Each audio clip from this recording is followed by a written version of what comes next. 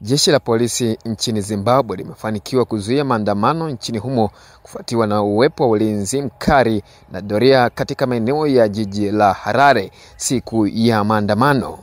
Maandamano hayo yalipangwa kuongozwa na kundi la maveterani wa kivita ambao wamemshutumu Mnangagwa kwa ufisadi. Kwa mujibu wa ripoti ya shirika la habari la BBC, kiini cha maandamano hayo ni mpango wa rais wa kuongeza muhula wake wa mwisho kwa miaka miwili hadi 2030, kwani muhula wake wa pili wa Mnangagwa unamalizika mnamo mwaka 2028.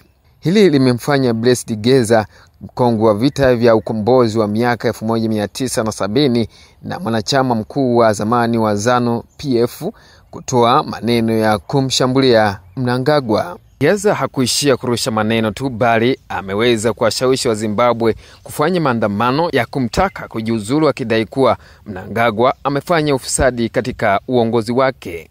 Shinikizo la Geza linamtaka makamu wa rais Constantine Chiwenga kuchukua nafasi ya Mnangagwa, akiwataka wa Zimbabwe kukaa barabarani kupitia machapisho ya ujumbe kupitia mtandao wa kijamii wa X.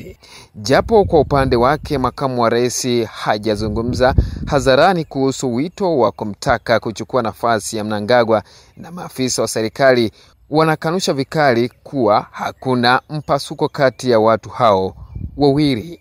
Kulingana na ripoti ya vyombo mbalimbali, wananchi wameweza kushawishika kiasi cha kuingia barabarani kwa maandamano yaliyopangwa, lakini jeshi la polisi likawa imara katika kuimarisha ulinzi na kuzuia kitendo hicho ambacho kinaonekana kuwa kinachochea vita na kuvuruga amani ya Wazimbabwe.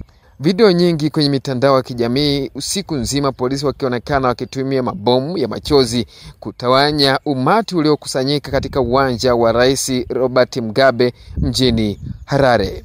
Rais Emmerson Mnangagwa aliingia madarakani mnamo 2017 baada ya mapinduzi dhidi ya rais wa kwanza wa taifa hilo Robert Mugabe, na mwisho wa muhula wake utamalizika mnamo mwaka 2028.